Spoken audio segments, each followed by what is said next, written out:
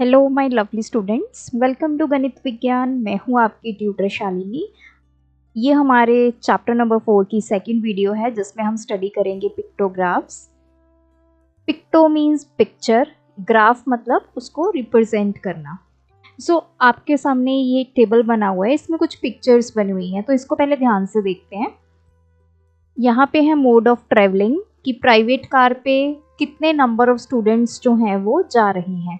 अब यहाँ पे देखिए, इसको बोला जाता है स्केल, मतलब ये जो पिक्चर बनी हुई है ये कितने स्टूडेंट्स को रिप्रेजेंट करती है, तो इसको बोलते हैं हम स्केल।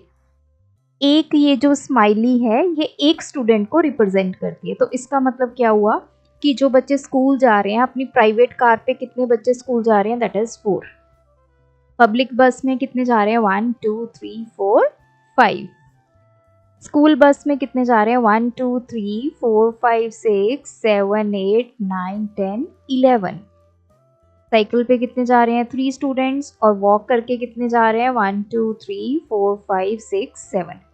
तो पिक्टोग्राफ क्या है, आपके डेटा को रिप्रेजेंट करने का एक वे है। जैसे प्रीवियस लेक्चर में मैंने आपको बताया था कि हम अपना डेटा जो है वो डिफरेंट वेज से रिप्रेजेंट कर सकते हैं। हमने सीखा कैसे टैली मार्क से हम अपने डेटा को रिप्रेजेंट करते हैं।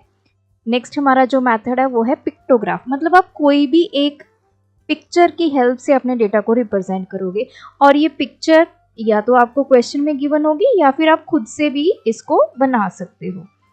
तो अब नीचे यहाँ पे गिवन है question, which mode of travel is used bye most number of students.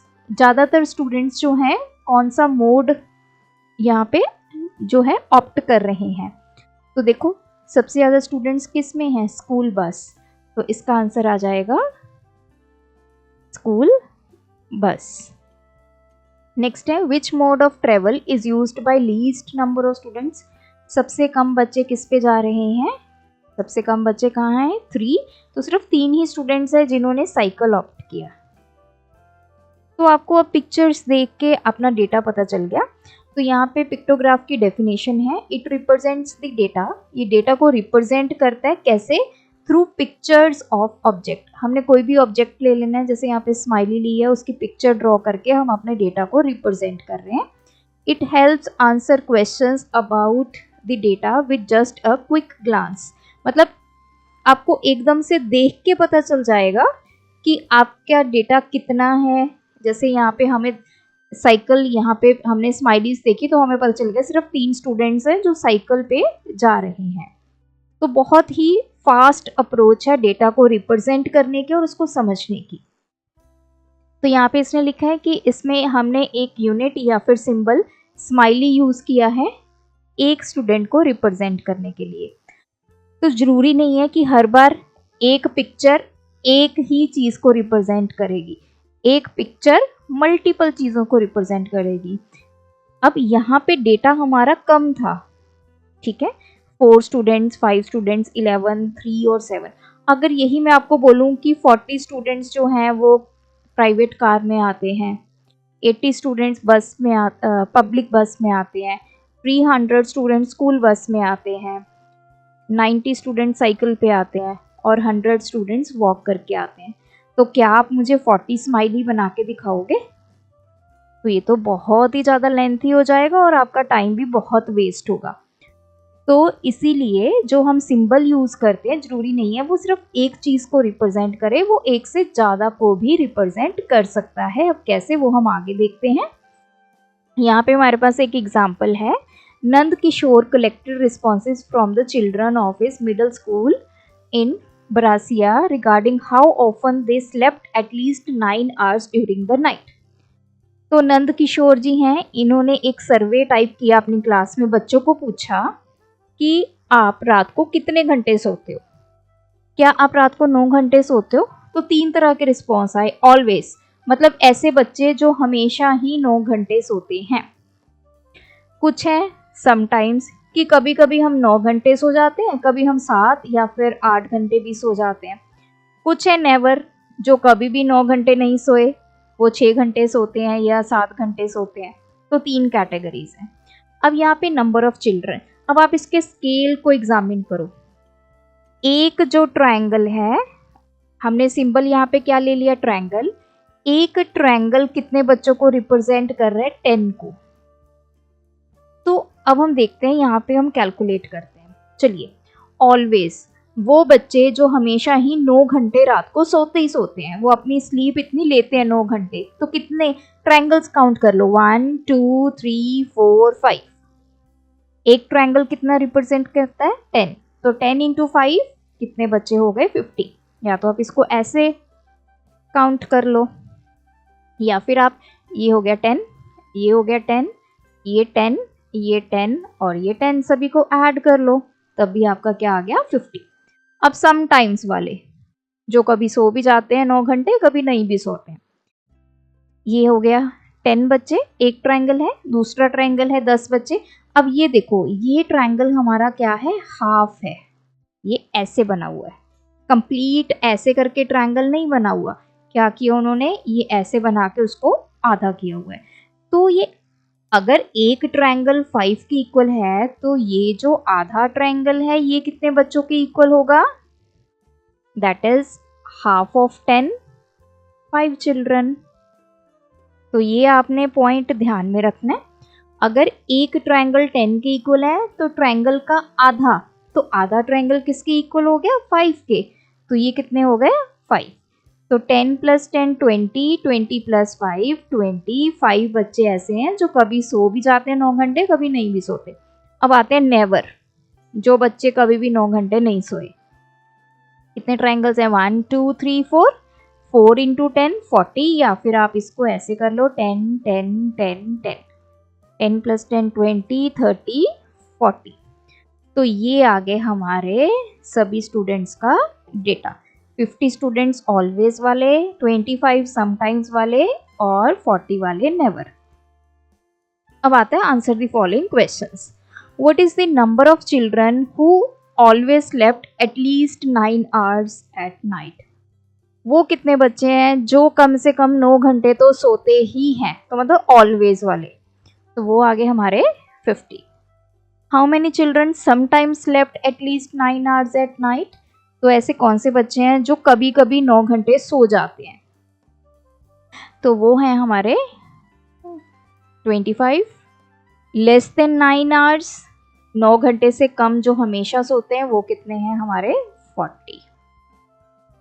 Explain how you got your answers. Answers कैसे मिले हमें, हमें ये सिंबल पता है, एक ट्रायंगल 10 के इक्वल है, तो हमने उसके अकॉर्डिंग ये आंसर्स जो हैं वो कैलकुलेट कर लिए। तो नीचे आपको यहाँ पे ये सोल्यूशन दिए गए हैं। नेक्स्ट है ड्राइंग अ पिक्टोग्राफ। अब हमने पिक्टोग्राफ देख के अपना डेटा हमें पता चल गया। अब हमारे पास डेटा गिवन है, वहां से हमने पिक्टोग्राफ बनाना है, एक पिक्चर बनानी है। So one day Lakhanpal collected data और how many students were absent in each class। तो एक दिन लखनपाल ने एक डेटा कलेक्ट किया। क्या कलेक्ट किया उसने, वो हर क्लास में गया और उसने ये चेक किया कि हर क्लास में कितने बच्चे एब्सेंट हैं। जैसे क्लास 1 में 3 बच्चे एब्सेंट थे, 2 में 5 बच्चे, 3 में 4 बच्चे, 4 में 2, 5 क्लास में 0, तो ऐसे। तो अब हमने बनाना है इसका पिक्टोग्राफ, और उसने ये डिसाइड किया कि एक जो स्माइली है वो एक स्टूडेंट को रिप्रेजेंट करेगी। अब देखो, जब आपने ये स्केल डिसाइड करना है, इसको स्केल बोलते हैं, पहले आपने अपना डेटा देखना है। अगर तो आपका डेटा छोटा है तो आप एक पिक्चर एक डेटा को असाइन कर सकते हो, जैसे हम एक स्माइली एक स्टूडेंट को। अगर यहीं पे डेटा बड़ा होता 30 50 40, तो हम 30 स्माइलीज तो ना बनाते। फिर आप ऐसा कर सकते थे कि 1 स्माइली जो है वो 10 स्टूडेंट्स के बराबर है या 5 स्टूडेंट्स के बराबर है, तो वो केस भी आगे आएगा। अभी हम छोटे डेटा पे काम कर रहे हैं, तो हमने 1 स्माइली 1 स्टूडेंट के इक्वल कर ली। अब देखो इन्होंने कैसे बनाया इसको, एक लाइन इधर और एक लाइन इधर। इधर है आपकी क्लासेस और इधर है आपके जो एब्सेंट स्टूडेंट्स हैं। ग्राफ बना रहे हैं ना हम, पिक्टोग्राफ, पिक्चर्स का ग्राफ। अब क्लास 1 में कितने बच्चे एब्सेंट है, 3। तो सबसे पहले क्लास 1, तो 3 बच्चे हमने रिप्रेजेंट करने हैं, तो हम कितनी स्माइली बनाएंगे? 3, क्योंकि एक स्माइली एक बच्चे को रिप्रेजेंट कर रही है, इस तरह से। फिर क्लास 2 में कितने बच्चे एब्सेंट हैं? 5। यहाँ पे लिखो क्लास 2 और आप 5 स्माइली बना दो। 1 2 3 4 और 5। इसी तरह क्लास 3 में 4 स्माइलीज, तो 4 स्टूडेंट्स एब्सेंट हो गए। ये देखो, तो इस तरह ये वाला आपने ये ग्राफ बना देना है। नेक्स्ट है, meanwhile his friends Zarina and Sangeeta collected data on how many students were present in each class। अब देखो, ये ऊपर वाला एब्सेंट का डेटा कलेक्ट किया था लखनपाल ने, और उन्हीं के फ्रेंड्स थी दो, जरीना एंड संगीता। इन्होंने क्या किया, जो स्टूडेंट्स प्रेजेंट थे क्लास में उनका डेटा इकट्ठा कर लिया। तो देखो अब डेटा कितना बिग है, 30, 35, 20, 25। क्या हम 30 स्माइलीज बनाएंगे? नो। तो अब हम क्या करेंगे, अब हम पहले स्केल लिखेंगे। हम बोलेंगे कि हमारी जो एक स्माइली है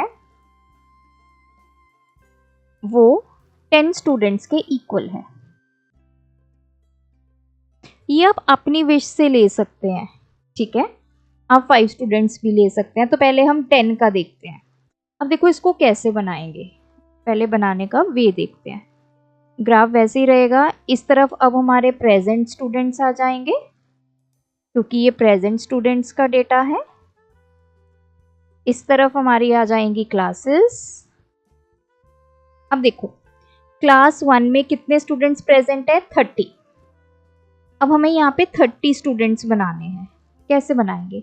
एक स्माइली 10 स्टूडेंट्स को रिप्रेजेंट करती है, तो 30 स्टूडेंट्स के लिए 30 को आप 10 से डिवाइड कर दो, आपको पता चल जाएगा कितनी स्माइलीज बनेंगी? 3। ये क्लास 1 है,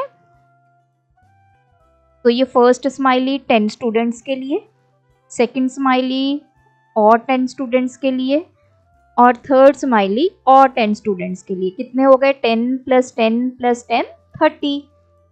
अब क्लास 2 में कितने बच्चे प्रेजेंट है? 35। अब 30 तक तो हमें पता है, हम क्या करेंगे? 1 2 और 3। 10 + 10 + 10 30 स्टूडेंट्स हो गए, बचे कितने? 5। अब 5 कैसे करेंगे जी? एक स्माइली तो हमारी 10 स्टूडेंट्स को रिप्रेजेंट करती है, तो अब मुझे 5 स्टूडेंट्स और लेने हैं, तो मैं क्या करूंगी? आधी स्माइली बना दूंगी। देखो बन गई ना आधी स्माइली से। तो ये आधी स्माइली कितने स्टूडेंट्स को रिप्रेजेंट करेगी? 5 स्टूडेंट्स को। क्यों? क्योंकि अगर हमारी एक बड़ी वाली स्माइली, कंप्लीट स्माइली 10 को रिप्रेजेंट कर रही है, तो उसका आधा कर दो, तो बच्चे भी आधे हो जाएंगे। तो अब हम जो अगली स्माइली बनाएंगे वो ऐसे करके एक आंख और थोड़ा सा उसका माउथ। तो ये हो गए 35। फिर थर्ड क्लास में कितने हैं? 20। 20 के लिए कितनी स्माइलीज बनेंगी? 2। फिर आ गया 25। 25 कैसे बनेगा? 2 स्माइली, 10 + 10 20, बचे 5 बच्चे, तो 5 बच्चों के लिए आधी स्माइली। ऐसे 30 के लिए 3 स्माइली, मैं यहाँ पे लिख देती हूँ। 25 के लिए हमने पहले बनाई है 2 स्माइली कंप्लीट, फिर हाफ स्माइली। 30 के लिए 3 स्माइली बनेंगी, 20 के लिए 2 स्माइली बनेंगी। अब देखो ये रहा, जब हमने एक स्माइली 10 स्टूडेंट्स के लिए ली है, तो ये वो चीज है जो अभी हमने बनाई है। अब इसमें इन्होंने 2 चीजें की हैं। सबसे पहले if they want to show their data through pictograph, तो उन्होंने एक सिंबल स्माइली का लिया। जरीना ने एक प्लान किया कि हम मेरी एक स्माइली जो है वो 5 स्टूडेंट्स को रिप्रेजेंट करेगी। ठीक है जी। अब आते हैं हम वापस 10 स्टूडेंट्स के लिए, तो हमने देख लिया संगीता ने एक स्माइली 10 स्टूडेंट्स के लिए ली है, तो उसका पिक्टोग्राफ कुछ ऐसा दिखाई दे रहा है। और जो जरीना ने लिया है उसने एक स्माइली 5 स्टूडेंट्स के लिए लिया, उसका पिक्टोग्राफ कुछ ऐसे रिप्रेजेंट हो रहा है। तो देख लेते हैं, जैसे क्लास 1 में कितने बच्चे प्रेजेंट थे, 30।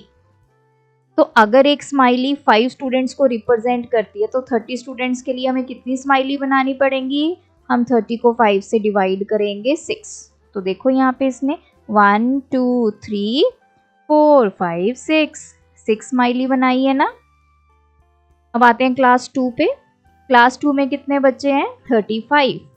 तो 35 के लिए कितनी स्माइलीज बनेंगी, इसको 5 से डिवाइड कर दो 7। तो काउंट कर लो 1 2 3 4 5 6 7। अब क्लास 3 में कितने बच्चे हैं, कितनी स्माइली बनाई है हमने, 1 2 3 4 5 4 द 20। तो इसमें 20 स्टूडेंट्स होंगे। ये देखो क्लास 4 में कितने हैं, 25। तो कितनी स्माइली बनेगी, 25 को 5 से डिवाइड कर दो 5। मतलब जो स्केल है उसके अकॉर्डिंग आपकी ये पिक्चर्स बनेंगी। तो 5 स्माइली आएगी, 1 2 3 4 5। नेक्स्ट यहाँ पे क्वेश्चन है math talk. What could be the problems faced in preparing such a pictograph if the total number of students present in a class is 33 or 27? अगर आपकी क्लास में 33 स्टूडेंट्स प्रेजेंट हैं या 27 हैं, तब आप क्या करोगे। देखो हमने ये देखा कि अगर 20 स्टूडेंट्स हैं, 25 हैं, 35 हैं, 10 हैं, तो हम इजीली इसको पिक्टोग्राफ पे बना रहे हैं। चाहे तो आप 1 स्माइली 10 स्टूडेंट्स के इक्वल कर लो, तब भी ये डेटा आपका इजीली रिप्रेजेंट हो जाता है, या फिर 1 स्माइली 5 स्टूडेंट्स के इक्वल कर लो, तब भी आप इस डेटा को रिप्रेजेंट करोगे। अब 33 को बनाने की कोशिश करते हैं इस वाले स्केल से। 33, तो 30 कैसे बनेगा, अगर एक स्माइली 10 स्टूडेंट्स के इक्वल है, पहले हमने 3 स्माइली बना दी, कितने हो गए ये, 30 हो गए। अब बचे कितने, 3 बच्चे, 3 को कैसे रिप्रेजेंट करेंगे। अब आधी स्माइली तो हमारी कितने बच्चों को रिप्रेजेंट कर रही है, 5 को, ऐसी कर रही है ना। तो हम आधी स्माइली से 5 बच्चे बना सकते हैं। तो 3 जो बच्चे हैं उनको कैसे रिप्रेजेंट करेंगे, नहीं कर सकते। इसी तरह 27 पे आ जाओ। 27 का कैसे बनाएंगे, पहले मैंने 20 के लिए तो बना दी 2 पूरी पूरी स्माइली, 20 हो गया।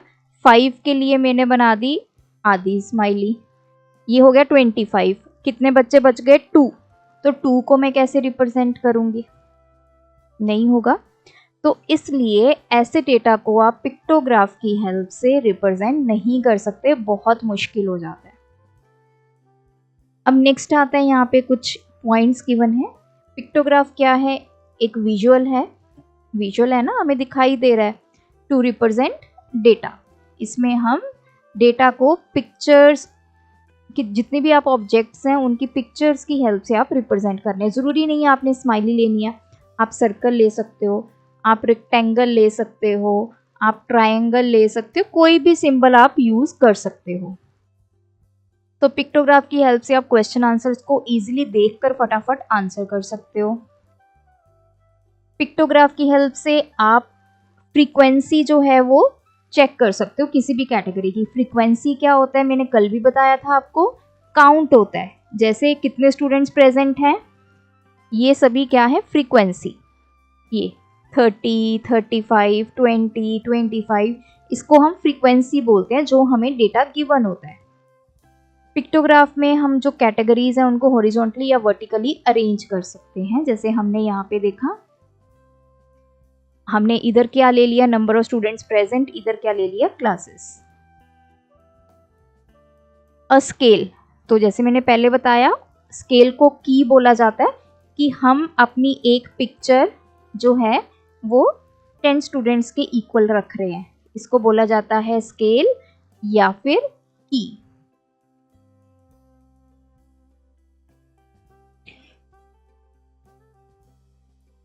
तो नेक्स्ट इसने बोला है कि it will be more challenging to prepare a pictograph when the amount of data is large. जब डेटा बहुत ज़्यादा बड़ा होता है तो थोड़ा सा हमें जो पिक्टोग्राफ है वो बनाने में प्रॉब्लम होती है, या फिर जो फ्रीक्वेंसीज होती हैं, जो डेटा होता है वो हमारे एग्जैक्ट मल्टीपल नहीं होता स्केल के। अब जैसे यहाँ पे अभी हमने देखा 33 और 27 की एग्जाम्पल, एक जो स्माइली है वो 10 स्टूडेंट्स को रिप्रेजेंट कर रही है, तो हमने 30 स्टूडेंट्स तो रिप्रेजेंट कर लिए, ये तो इसके मल्टीपल हो गए।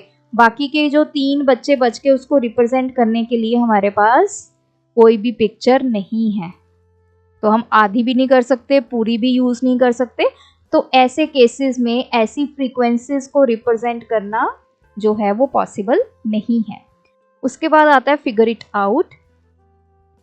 अब इस पिक्टोग्राफ में क्या दिया हुआ है, number of books borrowed by the students in a week from the library, कितनी बुक्स उन्होंने बोरो की हैं। पहले आपने देखना है स्केल, स्केल आपने देखकर फिर इन क्वेश्चंस का आंसर देना है। अब हमें यहाँ पे पता चल गया ये जो एक इमेज बनाई हुई है इन्होंने बुक की, वो कितनी बुक्स को रिप्रेजेंट कर रही है, एक बुक को। तो मंडे को कितनी बुक्स बोरो हुई, 1 2 3 4 5, ट्यूसडे को 4, वेंसडे को 2, थर्सडे कुछ नहीं है तो 0, यहाँ पे 5 और यहाँ पे 1 2 3 4 5 6 7 8। On which day were the minimum number of books borrowed? तो कौन सा डे है वो, थर्सडे। कोई भी बुक बोरो ही नहीं की किसी ने। What was the total number of books borrowed during the week? इस पूरे वीक में कितनी बुक्स बोरोड हुई, 5 + 5 10, 18 20 24, सबको टोटल कर लिया, हमें पता चल गया पूरे वीक में बच्चों ने कितनी बुक्स बोरो की हैं। On which day were the maximum number of books borrowed? तो मैक्सिमम सबसे ज्यादा बुक्स कब बोरो की गई, Saturday. What may be the possible reason? Reason क्या है, अब सैटरडे को बच्चों ने बुक्स ली लाइब्रेरी से, नेक्स्ट डे ऑफ होता है, संडे होता है, तो बच्चे जो हैं वो उन बुक्स को पढ़ सकते हैं इजिली, तो इस वजह से सैटरडे को मैक्सिमम बुक्स जो हैं वो बोरो की गई। क्वेश्चन 2, मगन भाई sells kite at Jamnagar, 6 shopkeepers from the nearby villages come to purchase kites from him. ठीक है जी, तो एक मगन नाम का लड़का है, वो काइट्स को सेल करता है, तो 6 शॉपकीपर आए आसपास की विलेजेस से उसके पास काइट्स को खरीदने के लिए। ये शॉपकीपर के नाम हैं और कितनी बुक्स कितने काइट्स उन्होंने लिए हैं या उनको दिए हैं इसने, उसका डेटा है। जैसे चमन ने 250 काइट्स जो हैं वो मतलब लिए हैं, या हम ऐसे बोल सकते हैं कि मगन ने चमन को 250 काइट्स जो हैं वो दिए हैं। ठीक है, ये सारे शॉपकीपर के नेम हैं। तो अब आते हैं, prepare a pictograph using the symbol this to represent 100 kites. अब देखो यहाँ पे सिंबल भी दे दिया और हमें स्केल भी दे दिया, अच्छे से समझते हैं इसको। तो इन्होंने क्या बोला है कि एक ये जो सिंबल है, काइट का सिंबल बनाते हैं ऐसे करके, इन्होंने ऐसे करके ऐसे बनाया हुआ है, ये कितनी काइट्स को रिप्रेजेंट कर रहा है, 100 काइट्स को। अब हमने इसका क्या बनाना है, पिक्टोग्राफ बनाना है। तो पिक्टोग्राफ में आप क्या करेंगे, इस तरफ हम लिख देंगे नंबर ऑफ काइट्स, इस तरफ आ जाएंगे शॉपकीपर के नेम कि किस शॉपकीपर को हमने कितनी काइट्स दी हैं। जैसे इसको थोड़ा सा इधर कर देते हैं,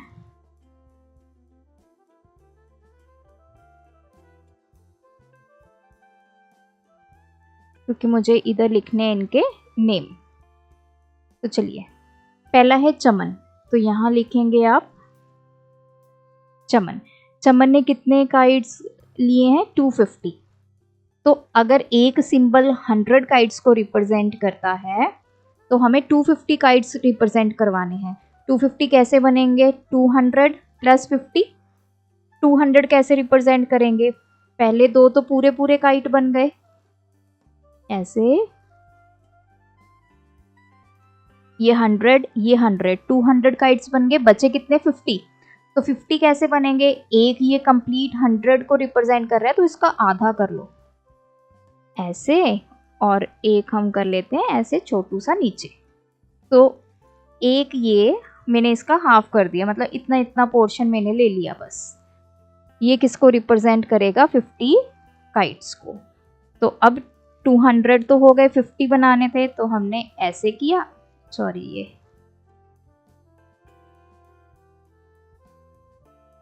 ऐसे करके ऐसे किया, इसको जोड़ दिया और नीचे ऐसे करके थोड़ा सा ऐसे कर दिया, तो ये बन गया 250। नेक्स्ट है 300। 300 कैसे बनेंगे? आपके 3 काइट्स बन जाएंगे पूरे पूरे, 2 और 3। ये किसके हैं? रानी। नेक्स्ट है रुखसाना, तो मैं R डाल रही हूँ, यहाँ पे है 100। 100 का सिर्फ हमारा एक काइट आएगा। नेक्स्ट है 450, तो देखो ये है जसमीत। 450 कैसे बनेगा? पहले 400 बनाते हैं। 400 काइट्स के कैसे बनेंगे? ये 100 हो गया, 200 हो गया, 300 हो गया और ये हो गया 400। बचा कितना? 50। तो आधा काइट बन जाएगा, ऐसे ऐसे ऐसे। उसके बाद है 250। 250 सेम कैसे बनेगा? जैसे हमने चमन का बनाया है, 2 काइट्स कंप्लीट और एक आधा काइट, तो आप यहाँ पे आगे बना लेना। फिर है 700। 700 में टोटल कितने सिंबल्स बनेंगे? 7 सिंबल्स बनेंगे, तो ये भी आप दोनों इसमें ऐड ऑन कर लेना। अब आते हैं क्वेश्चंस में। How many symbol represents the kite that Rani purchased? Rani ने जो लिए हैं तो वो कितने सिंबल्स में काइट को रिप्रेजेंट कर रहे हैं हम? रानी ये रहा 1 2 3। Who purchase the maximum number of kites? Maximum किसने खरीदे? मैक्सिमम खरीदे पूनम ने, क्योंकि कितने काइट्स खरीदे उसने? 700। पूनम बेन। नेक्स्ट है who purchase more kites? Jasmeet और चमन। जसमीत और चमन में से हम यहाँ से अपना पिक्टोग्राफ देखकर बता सकते हैं। तो जसमीत ने ज़्यादा खरीदे हैं, क्योंकि ये देखो जसमीत के कितने 1 2 3 4 4.5 काइट्स हैं और चमन के कितने हैं 1 2 2.5। तो इसका आंसर आ जाएगा Jasmeet. Rukhsana says Poonam Ben purchased more than the double number of kites that Rani purchased. Is she correct? Why? Rukhsana ने बोला कि पूनम बेन ने कितने काइट्स खरीदे? जितने रानी ने खरीदे हैं उससे डबल। तो पहले रानी के काइट्स देखते हैं, रानी ने कितने काइट्स खरीदे। तो रानी ने खरीदे 300 काइट्स। अब इसको डबल कर दो। डबल कैसे होगा? 300 को 2 से मल्टीप्लाई कर देंगे तो कितने हो गए? 600। तो अब हम चेक करते हैं कि क्या पूनम बेन ने 600 से ज़्यादा काइट खरीदे हैं। तो पूनम बेन ने कितने खरीदे हैं? 700। यस, उसने रानी से डबल काइट्स जो हैं वो परचेज किए हैं। Yes, why? तो आप ये लिखेंगे कि रानी हैज़ परचेज 300 काइट्स, तो उसका हमने डबल किया, 600 आ गया। और पूनम बेन ने कितने परचेज किए हैं? 700। 700 इज ग्रेटर देन 600, तो इसका आंसर आ गया यस। तो बाकी पार्ट्स हम नेक्स्ट वीडियोस में कवर करेंगे। टिल देन अगर आपने प्रीवियस चैप्टर्स नहीं किए हैं तो उनका लिंक आपको डिस्क्रिप्शन बॉक्स में मिलेगा, वहाँ जाकर आप उनको चेकआउट कर सकते हैं। अगर आपकी कोई क्वेरी है, कोई क्वेश्चन है, तो आप मुझे कमेंट सेक्शन में लिख के भेजिए। Thanks for watching. बढ़ाना है ज्ञान, फॉलो गणित विज्ञान।